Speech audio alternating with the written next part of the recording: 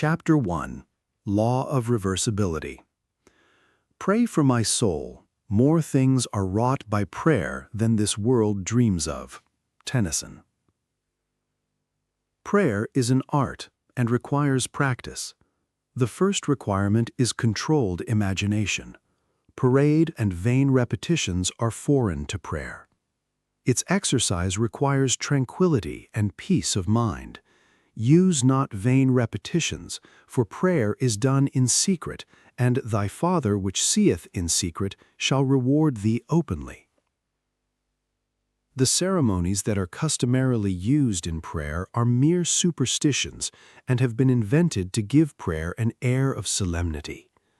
Those who do practice the art of prayer are often ignorant of the laws that control it. They attribute the results obtained to the ceremonies and mistake the letter for the spirit.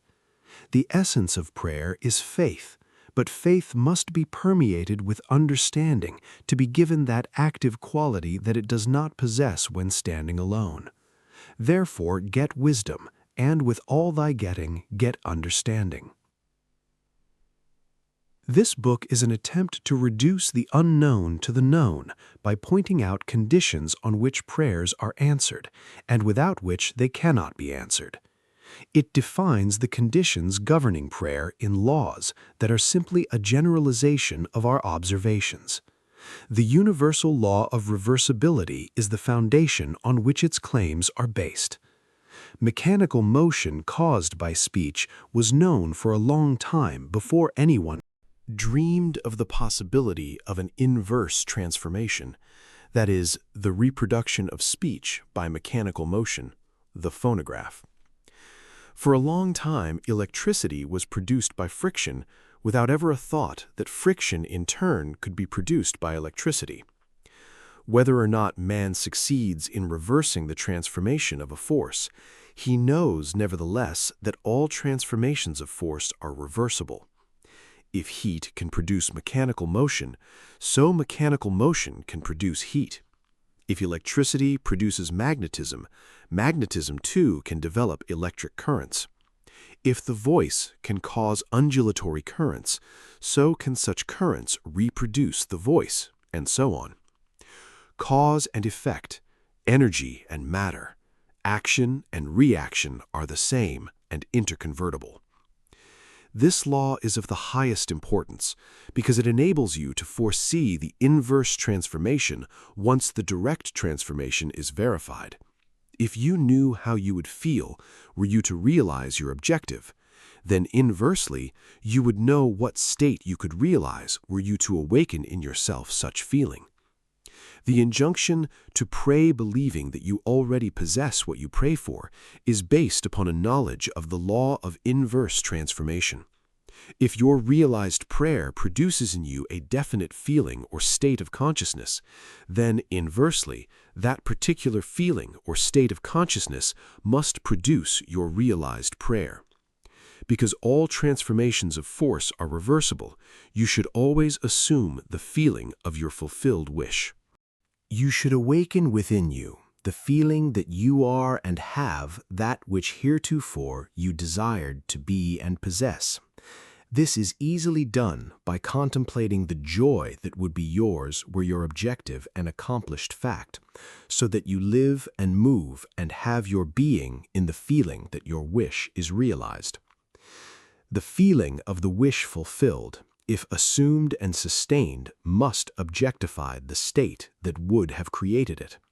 This law explains why faith is the substance of things hoped for, the evidence of things not seen, and why he calleth things that are not seen as though they were, and things that were not seen become seen.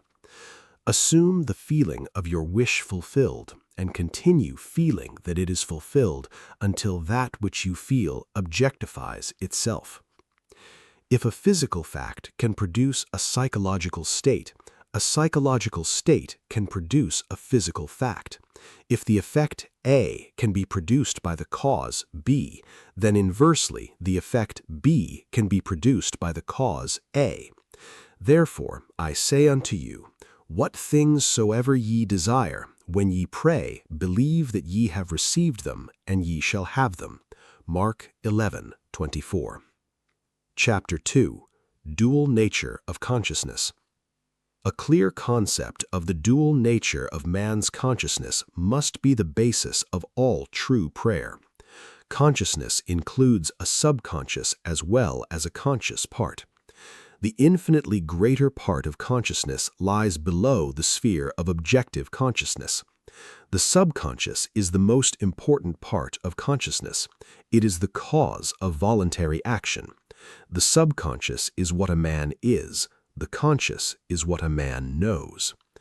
I and my Father are one, but my Father is greater than I.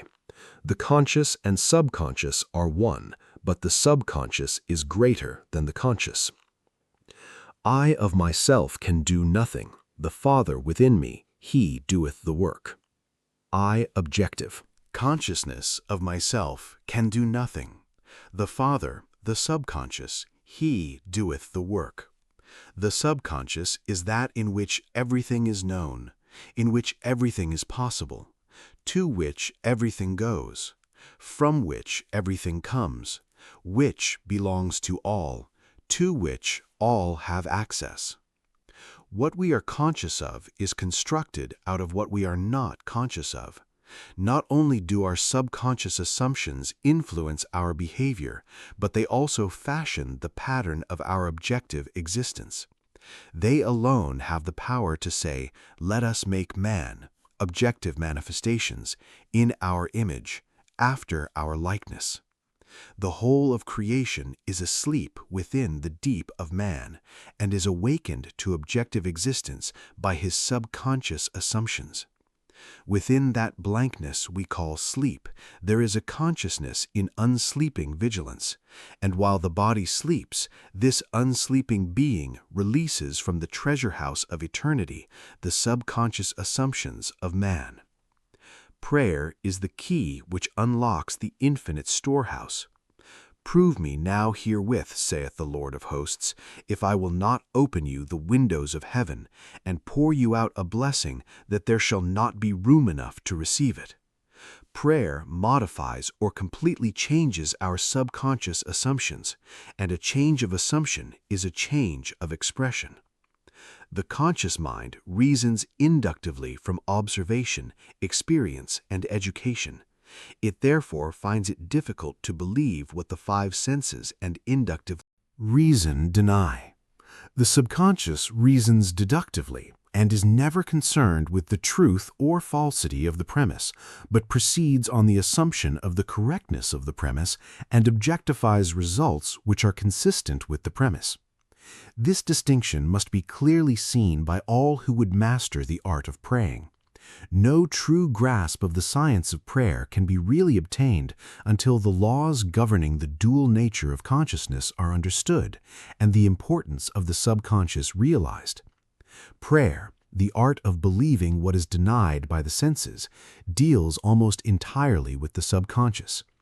Through prayer, the subconscious is suggested into acceptance of the wish fulfilled, and, reasoning deductively, logically unfolds it to its legitimate end. Far greater is He that is in you than he that is in the world. The subjective mind is the diffused consciousness that animates the world. It is the spirit that giveth life. In all substance is a single soul, subjective mind. Through all creation runs this one unbroken subjective mind.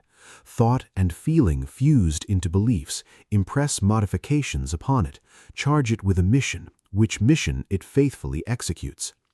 The conscious mind originates premises.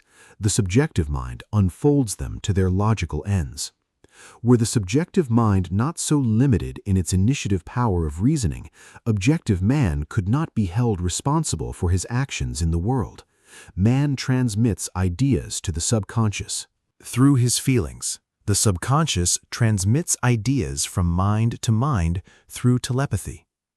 Your unexpressed convictions of others are transmitted to them without their conscious knowledge or consent, and if subconsciously accepted by them, will influence their behavior. The only ideas they subconsciously reject are your ideas of them which they could not wish to be true of anyone. Whatever they could wish for others can be believed of them, and by the law of belief which governs subjective reasoning, they are compelled to subjectively accept and therefore objectively express accordingly.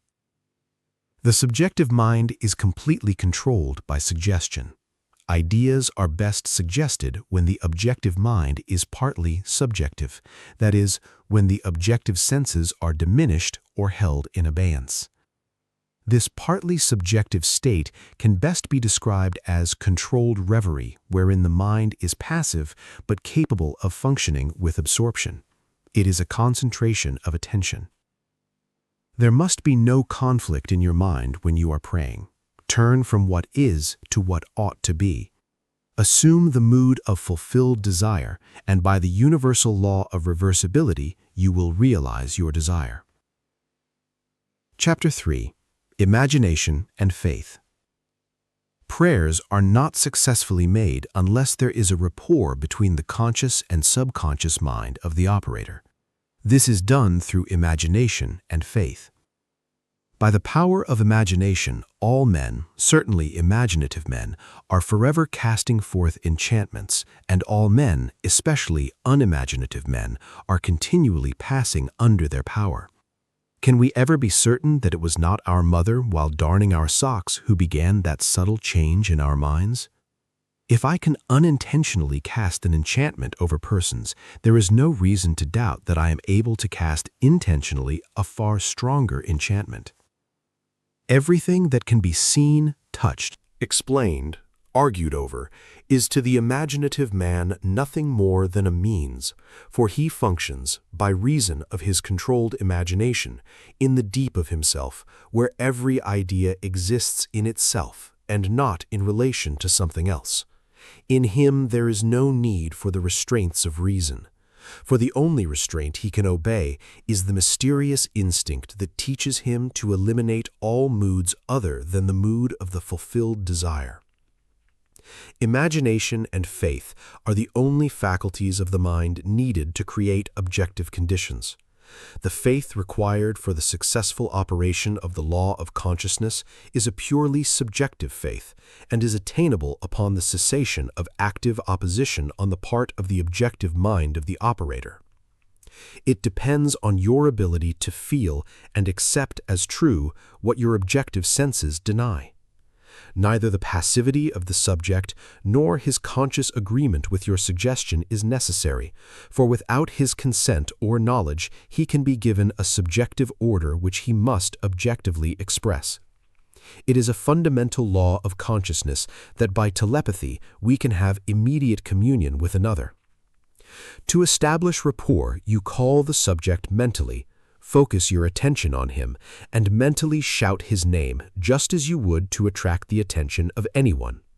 Imagine that he answered and mentally hear his voice.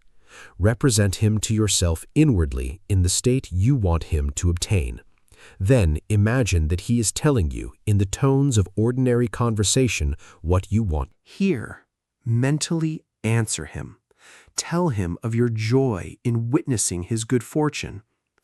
Having mentally heard with all the distinctness of reality that which you wanted to hear, and having thrilled to the news heard, return to objective consciousness. Your subjective conversation must awaken what it affirmed. Thou shalt decree a thing, and it shall be established unto thee. It is not a strong will that sends the subjective word on its mission, so much as it is clear thinking and feeling the truth of the state affirmed. When belief and will are in conflict, belief invariably wins. Not by might, nor by power, but by my Spirit, saith the Lord of hosts. It is not what you want that you attract what you believe to be true. Therefore, get into the spirit of these mental conversations and give them the same degree of reality that you would a telephone conversation. If thou canst believe, all things are possible to him that believeth. Therefore I say unto you, what things soever you desire, when you pray, believe that ye received them, and ye shall have them. The acceptance of the end wills the means, and the wisest reflection could not devise more effective means than those which are willed by the acceptance of the end. Mentally talk to your friends as though your desires for them were already realized.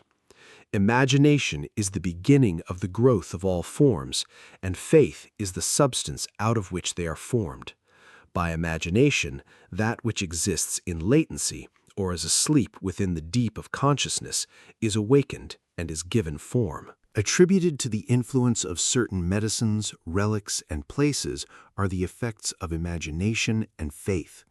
The curative power is not in the spirit that is in them, it is in the spirit in which they are accepted. The letter killeth, but the spirit giveth life. The subjective mind is completely controlled by suggestion, so whether the object of your faith be true or false, you will get the same results. There is nothing unsound in the theory of medicine or in the claims of priesthood for their relics and holy places. The subjective mind of the patient accepts the suggestion of health conditioned on such states, and as soon as these conditions are met, proceeds to realize health. According to your faith be it done unto you, for all things are possible to him that believeth. Confident expectation of a state is the most potent means of bringing it about. The confident expectation of a cure does that which no medical treatment can accomplish. Failure is always due to an antagonistic autosuggestion by the patient, arising from objective doubt of the power of medicine or relic, or from doubt of the truth of the theory. Many of us, either from too little emotion or too much intellect, both of which are stumbling blocks on the way of prayer, cannot believe that which our senses deny. To force ourselves to believe will end in greater doubt. To avoid such counter-suggestions, the patient should be unaware, objectively, of the suggestions which are made to him.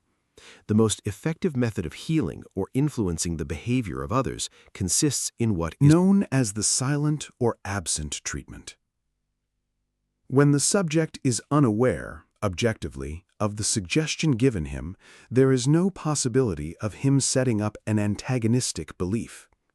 It is not necessary that the patient know, objectively, that anything is being done for him.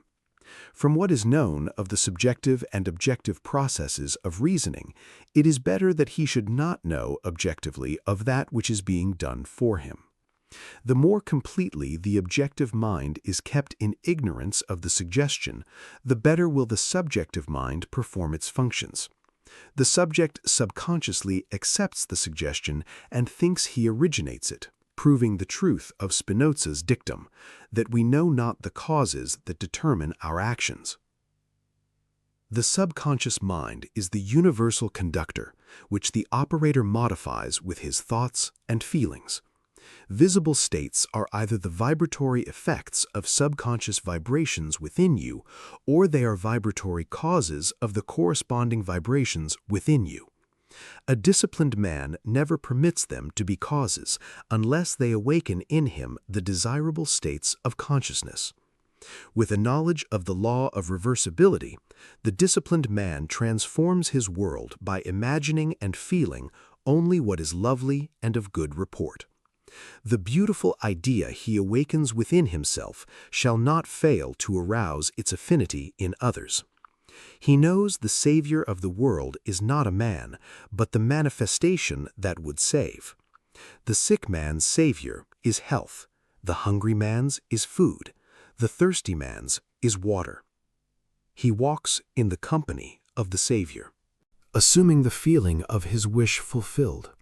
By the law of reversibility, that all transformations of force are reversible, the energy or feeling awakened transforms itself into the state imagined. He never waits 4 months for the harvest. If in 4 months the harvest will awaken in him a state of joy, then inversely, the joy of harvest now will awaken the harvest now. Now is the acceptable time to give beauty for ashes, joy for mourning, praise for the spirit of heaviness, that they might be called trees of righteousness, the planting of the Lord, that he might be glorified. Chapter 4. Energy and Power. Everyone is amenable to the same psychological laws which govern the ordinary hypnotic subject. He is amenable to control by suggestion. In hypnosis, the objective senses are partly or totally suspended. However, no matter how profoundly the objective senses are locked in hypnosis, the subjective faculties are alert, and the subject recognizes everything that goes on around him. The activity and power of the subjective mind are proportionate to the sleep of the objective mind. Suggestions which appear powerless when presented directly to the objective consciousness are highly efficacious when the subject is in a hypnotic state. The hypnotic state is simply being unaware objectively. In hypnosis, The conscious mind is put to sleep, and the subconscious powers are exposed as to be directly reached by suggestion. It is easy to see from this, providing you accept the truth of mental suggestions, that anyone not objectively aware of you is in a profound hypnotic state relative to you. Therefore, curse not the king, no, not in thy thought, and curse not the rich in the bedchamber. For a bird of the air shall carry the voice, and that which hath wings shall tell the matter. Ecclesiastes 10:20. What you sincerely believe as true of another, you will awaken within him. No one need be entranced in the ordinary manner to be helped. If the subject is consciously unaware of the suggestion, and if the suggestion is given with conviction and confidently accepted by the operator as true, then you have the ideal setting for a successful prayer. Represent the subject to yourself mentally as though he had already done that which you desire him to do. Mentally speak to him and congratulate him on having done what you want him to do. Mentally see him in the state you want him to obtain. Within the circle of its action, every word subjectively spoken awakens objectively what it affirms. Incredulity on the part of the subject is no hindrance when you are in control of your reverie. Bold assertion by you, while you are in a partly subjective state, awakens what you affirm. Self-confidence on your part and the thorough belief in the truth of your mental assertion are all that is needed to produce results. Visualize the subject and imagine that you hear his voice. This establishes contact with his subjective mind. Then imagine that he is telling you what you want to hear. If you want to send him words of health and wealth, then imagine that he is telling you, "I have never felt better and I have never had more," and mentally tell him of your joy in witnessing his good fortune. Imagine that you see and hear his joy. A mental conversation with the subjective image of another must be in a manner which does not express the slightest doubt as to the truth of what you hear and say. If you have the least idea that you do not believe what you have imagined you have heard and seen, the subject will not comply, for your subjective mind will transmit only your fixed ideas. Only fixed ideas can awaken their vibratory correlates in those toward whom they are directed. In the controlled reverie, ideas must be suggested with the utmost care. If you do not control your imagination in the reverie, your imagination will control you. Whatever you suggest with confidence is law to the subjective mind. It is under obligation to objectify that which you mentally affirm. Not only does the subject execute the state affirmed, but he does it as though the decision had come of itself, or the idea had originated by him. Control of the subconscious is dominion over everything. Each state obeys one mind's control. Control of the subconscious is accomplished through control of your beliefs, which in turn is the all-potent factor in the visible states. Imagination and faith are the secrets of creation. Chapter 5. Law of Thought Transmission. He sent his word and healed them, and delivered them from their destructions. He transmitted the consciousness of health, and awoke its vibratory correlative in the one toward whom it was directed. He mentally represented the subject to himself in a state of health, and imagined he heard the subject confirm it. For no word of God shall be void of power. Therefore, hold fast the pattern of healthful words which thou hast heard. To pray successfully, you must have clearly defined objectives. You must know what you want before you can ask for it. You must know what you want before you can feel that you have it, and prayer is the feeling of the fulfilled desire. It does not matter what it is you seek in prayer, or where it is, or whom it concerns. You have nothing to do but convince yourself of the truth of that which you desire to see manifested. When you emerge from prayer, you no longer seek, for you have, if you have prayed correctly, assumed the reality of the state sought, and by the law of reversibility, your subconscious must objectify that which it affirms. You must have a conductor to transmit a force. You may employ a wire, a jet of water, a current of air, a ray of light, or any intermediary whatsoever. The principle of the photophone, or the transmission of the voice by light, will help you to understand thought transmission, or the sending of a word to heal another. There is a strong analogy between a spoken voice and a mental voice. To think is to speak low. To speak is to think aloud. The principle of the photophone is this. A ray of light is reflected by a mirror and projected to a receiver at a distant point. Back of the mirror is a mouthpiece. By speaking into the mouthpiece, you cause the mirror to vibrate. A vibrating mirror modifies the light reflected on it. The modified light has your speech to carry, not as speech, but as represented in its mechanical correlate. It reaches the distant station and impinges on a disc within the receiver. It causes the disc to vibrate according to the modification it undergoes, and it reproduces your voice. I am the light of the world. I am, the knowledge that I exist, is a light by means of which what passes in my mind is rendered visible. Memory, or my ability to mentally see what is objectively present, proves that my mind is a mirror, so sensitive a mirror that it can reflect a thought. The reperception of an image in memory in no way differs as a visual act from the perception of my image in a mirror. The same principle of seeing is involved in both. Your consciousness is the light reflected on the mirror of your mind and projected in space to the one of whom you think. By mentally speaking to the subjective image in your mind, you cause the mirror of your mind to vibrate. Your vibrating mind modifies the light of consciousness reflected on it. The modified light of consciousness reaches the one toward whom it is directed and impinges on a disc. Subjectively in quiet confidence will always awaken a corresponding state in the one in whom it was spoken. But the moment its task is accomplished, it ceases to be, permitting the one in whom the state is realized to remain in the consciousness of the state affirmed, or to return to his former state. Whatever state has your attention holds your life. Therefore, to become attentive to a former state is to return to that condition. Remember not the former things, neither consider things of old. Nothing can be added to man, for the whole of creation is already perfected in him. The kingdom of heaven is within you. Man can receive nothing except it be given him from heaven.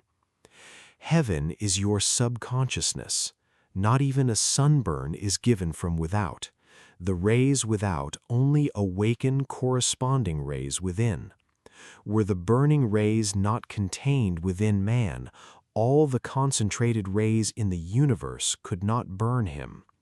Were the tones of health not contained within the consciousness of the one whom they are affirmed, they could not be vibrated by the word which is sent. You do not really give to another. You resurrect that which is asleep within him. The damsel is not dead, but sleepeth. Death is merely a sleeping and forgetting. Age and decay are the sleep, not death, of youth and health.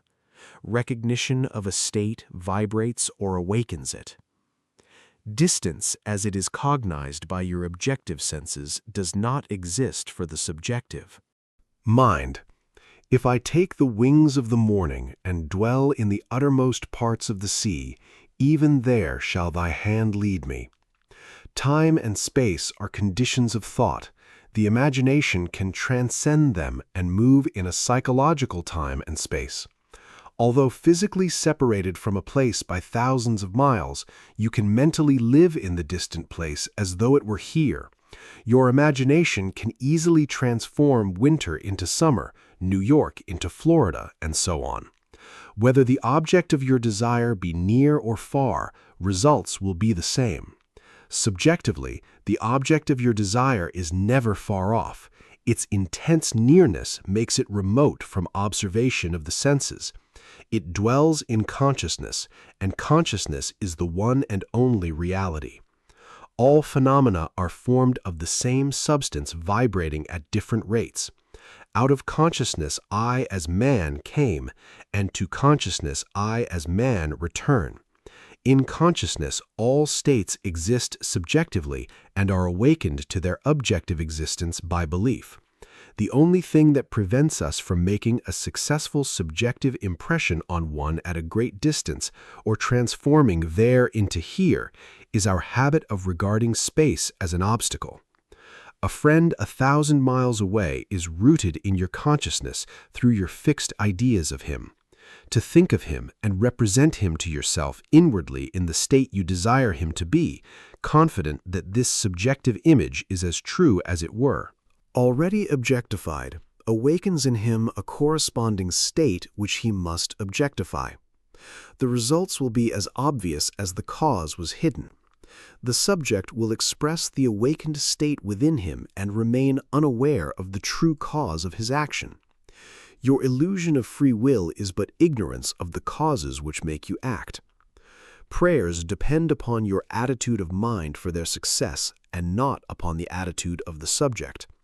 The subject has no power to resist your controlled subjective ideas of him unless the state affirmed to be true of him is a state he is incapable of wishing as true of another. In that case, it returns to you, the sender, and will realize itself in you. Provided the idea is acceptable, success depends entirely on the operator, not upon the subject, who, like compass needles on their pivots, are quite indifferent as to what direction you choose to give them.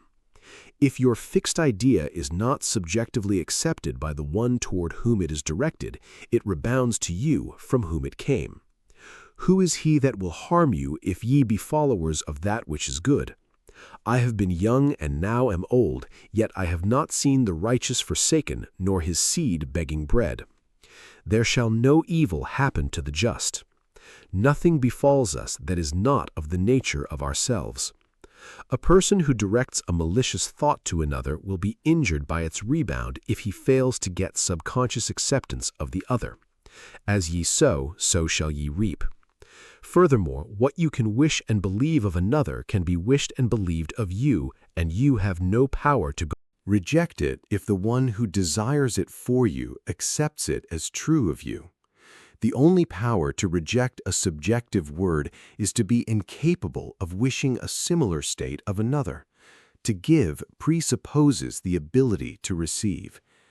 The possibility to impress an idea upon another mind presupposes the ability of that mind to receive that impression. Fools exploit the world, the wise transfigure it. It is the highest wisdom to know that in the living universe there is no destiny other than that created out of the imagination of man. There is no influence outside of the mind of man. Whatsoever things are lovely, whatsoever things are of good report, if there be any virtue and if there be any praise, think on these things. Never accept as true of others what you would not want to be true of you. To awaken a state within another, it must first be awake within you. The state you would transmit to another can only be transmitted if it is believed by you. Therefore, to give is to receive. You cannot give what you do not have, and you have only what you believe. So, to believe a state as true of another not only awakens that state within the other, but it makes it alive within you. You are what you believe. Give, and ye shall receive, full measure, pressed down and running over. Giving is simply believing. For what you truly believe of others, you will awaken within them. The vibratory state transmitted by your belief persists until it awakens its corresponding vibration in him of whom it is believed. But before it can be transmitted, it must first be awake within the transmitter. Whatever is, awake within your consciousness, you are. Whether the belief pertains to self or another does not matter, for the believer is defined by the sum total of his beliefs or subconscious assumptions. As a man thinketh in his heart, in the deep subconscious of himself, so is he. Disregard appearances and subjectively affirm as true that which you wish to be true. This awakens in you the tone of the state affirmed, which in turn realizes itself in you and in the one of whom it is affirmed. Give, and ye shall receive. Beliefs invariably awaken what they affirm. The world is a mirror wherein everyone sees himself reflected. The objective world reflects the beliefs of the subjective mind. Some people are self-impressed best by visual images, others by mental sounds, and still others by mental actions. The form of mental activity that allows the whole power of your attention to be focused in one chosen direction is the one to cultivate until you can bring all to play on your objective at the same time. Should you have difficulty in understanding the terms visual images, mental sounds, and mental actions, here is an illustration that should make their meanings clear. Person A imagines he sees a piece of music, knowing nothing at all about musical notations. The impression in his mind is purely a visual image. Person B imagines he sees the same piece, but he can read music and can imagine how it would sound when played on the piano. That imagination is mental sound. Person C also reads music and is a pianist. As he reads, he imagines himself playing the piece. The imaginary action is mental action. The visual images, mental sounds, and mental actions are creations of your imagination, and though they appear to come from without, they actually come from within yourself. They move as if moved by another, but are really launched by your own spirit from the magical storehouse of imagination. They are projected into space by the same vibratory law that governs the sending of a voice or picture. Speech and images are projected not as speech or images, but as vibratory correlates. Subjective mind vibrates according to the modifications it undergoes by the thought and feelings of the operator. The visible state created is the effect of the subjective vibrations. A feeling is always accompanied by a corresponding vibration, that is, a change in expression or sensation in the operator. There is no thought or feeling without expression. No matter how emotionless you appear to be, if you reflect with any degree of intensity, there is always an execution of slight muscular movements. The eye, though shut, follows the movements of the imaginary objects, and the pupil is dilated or contracted according to the brightness or the remoteness of those objects. Respiration is accelerated or slowed according to the course of your thoughts.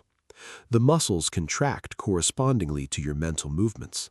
This change of vibration persists until it awakens a corresponding vibration in the subject, which vibration then expresses itself in a physical fact. And the Word was made flesh. Energy, as you see in the case of radio, is transmitted and received in a field, a place where changes in space occur. The field and energy are one and inseparable.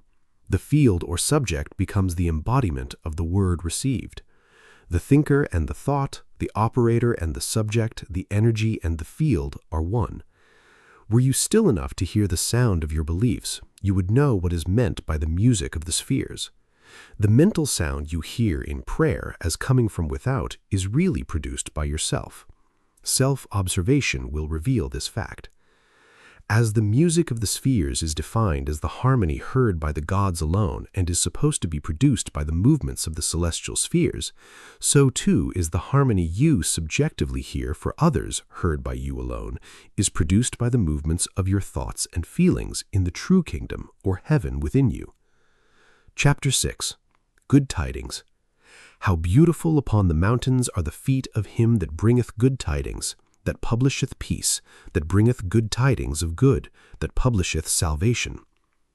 A very effective way to bring good tidings to another is to call before your mind's eyes the subjective image of the person you wish to help, and have him affirm that which you desired him to do.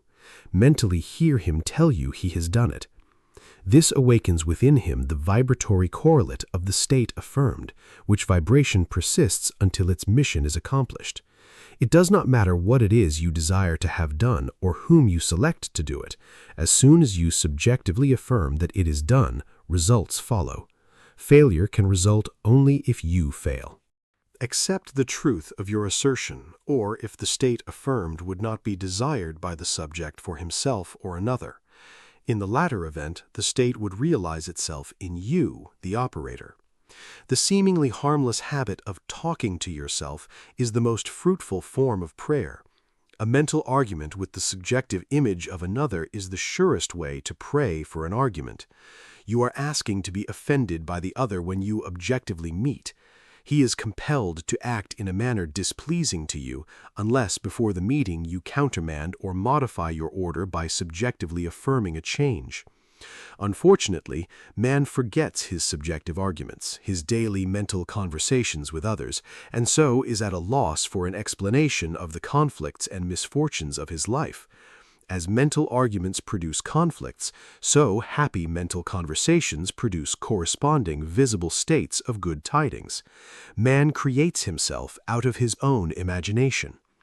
If the state desired is for yourself, and you find it difficult to accept as true what your senses deny, call before your mind's eye the subjective image of a friend, and have him mentally affirm that you are already that which you desire to be. This establishes in him, without his conscious consent or knowledge, the subconscious assumption that you are that which he mentally affirmed, which assumption, because it is unconsciously assumed, will persist until it fulfills its mission. Its mission is to awaken in you its vibratory correlate, which vibration, when awakened in you, realizes itself as an objective fact. Another very effective way to pray for oneself is to use the formula of Job, who found that his own captivity was removed as he prayed for his friends. Fix your attention on a friend, and have the imaginary voice of your friend tell you that he is or has that which is comparable to that which you desire to be or have. As you mentally hear and see him, feel the thrill of his good fortune and sincerely wish him well. This awakens in him the corresponding vibration of the state affirmed, which vibration must then objectify itself as a physical fact. You will discover the truth of the statement, "Blessed are the merciful, for they shall receive mercy." The quality of mercy is twice blessed. It blesses him who taketh and him who giveth. The good you subjectively accept as true of others will not only be expressed by them, but a full share will be realized by you. Transformations are never total. Force A is always transformed into more than a force B. A blow with a hammer produces not only a mechanical concussion, but also heat, electricity, a sound, a magnetic change, and so on. The vibratory correlate in the subject is not the entire transformation of the sentiment communicated. The gift transmitted to another is like the divine measure, pressed down, shaken together, and running over, so that after 5,000 are fed from the 5 loaves and 2 fish, 12 baskets full are left over. Chapter 7. The Greatest Prayer. Imagination is the beginning of creation. You imagine what you desire, and then you believe it to be true. Every dream could be realized by those self-disciplined enough to believe it. People are what you choose to make them. A man is according to the manner in which you look at him. You must look at him with different eyes before he will objectively change. 2 men looked from prison bars. One saw the mud, and the other saw the stars. Centuries ago, Isaiah asked the question, "Who is blind but my servant, or deaf as my messenger that I sent? Who is blind as he that is perfect, as blind as the Lord's servant? The perfect man judges not after appearances, but judges righteously. He sees others as he desires them to be. He hears only what he wants to hear. He sees only good in others. In him is no condemnation, for he transforms the world with his seeing and hearing. The king that sitteth on the throne scattereth the evil with his eye.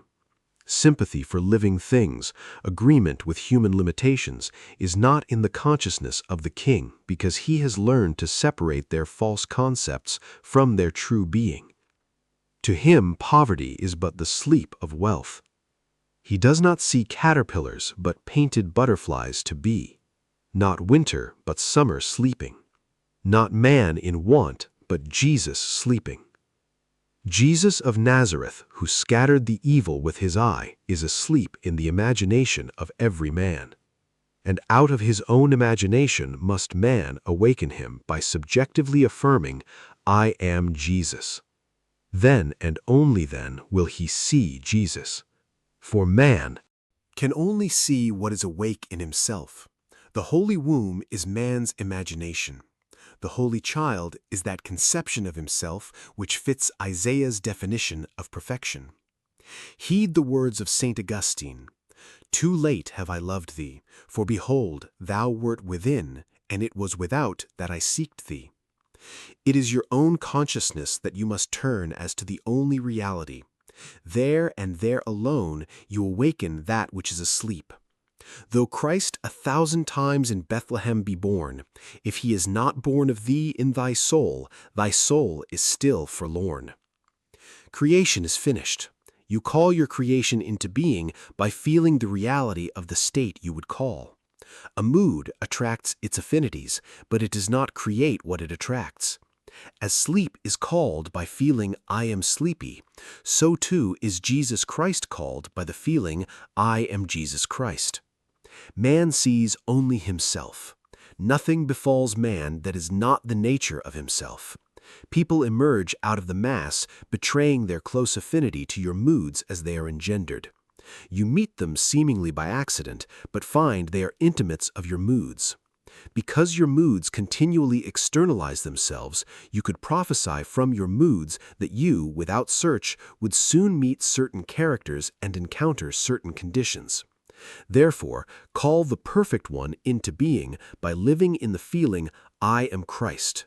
For Christ is the one concept of self through which can be seen the unveiled realities of eternity. Our behavior is influenced by our subconscious assumption respecting our own social and intellectual rank and that of The one we are addressing. Let us seek for and evoke the greatest rank, and the noblest of all is that which disrobes man of his mortality and clothes him with uncurbed immortal glory. Let us assume the feeling, "I am Christ," and our whole behavior will subtly and unconsciously change in accordance with the assumption. Our subconscious assumptions continually externalize themselves, that others may consciously see us as we subconsciously see ourselves, and tell us by their actions what we subconsciously have assumed of ourselves to be. Therefore, let us assume the feeling, "I am Christ," until our conscious claim becomes our subconscious assumption that we all, with open face, beholding as in a glass the glory of the Lord, are changed into the same image from glory to glory. Let God awake, and his enemies be destroyed. There is no greater prayer for man.